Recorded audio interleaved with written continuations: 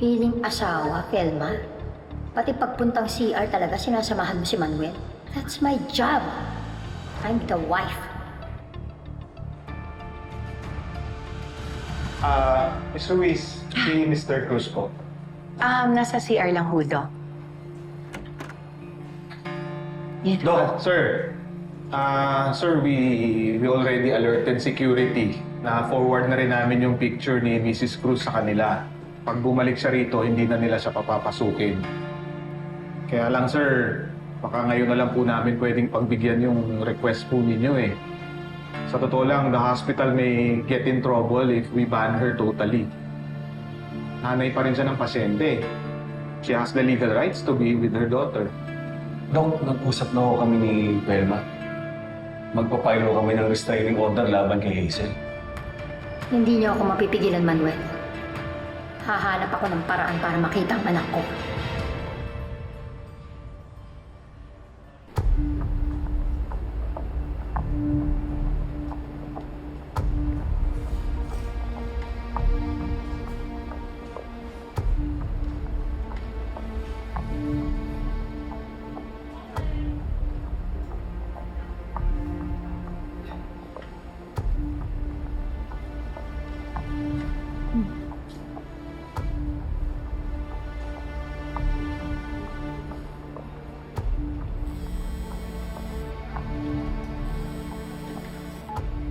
Hello?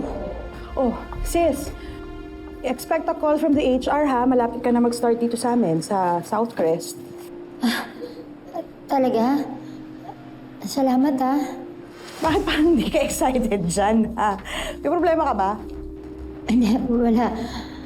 Okay lang, kaya ko to. Oo naman, ikaw pa. Kaya mo yan, halimaw ka eh. Hello? Parang seryosong-seryoso ka. Sige, do what you have to do first, okay? Basta I will see you here.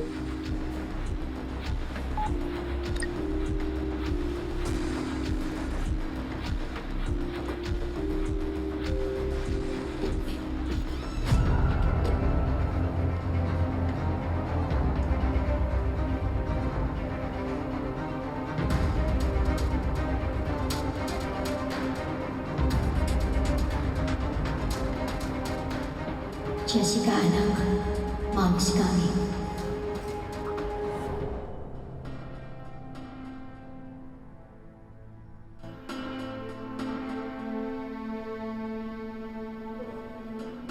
Manuel? Manuel, magpahinga ka na muna. Kumuha nga pala ako ng kwarto na paglilipatan ni Jessica pagising niya. Baka gusto mo na doon. Ay, hindi na. Dito na lang ako. Hindi ka pa natutulog eh. Magdabag ka ng nakaupo dyan sa wheelchair. Kailangan i-stretch mo yung likod mo, tsaka yung mga binti mo.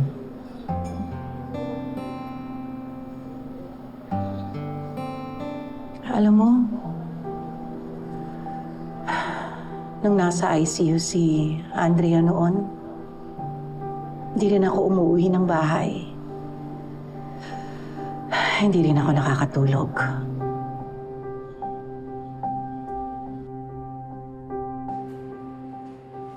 Nakwento nga ni Paz kay Abel.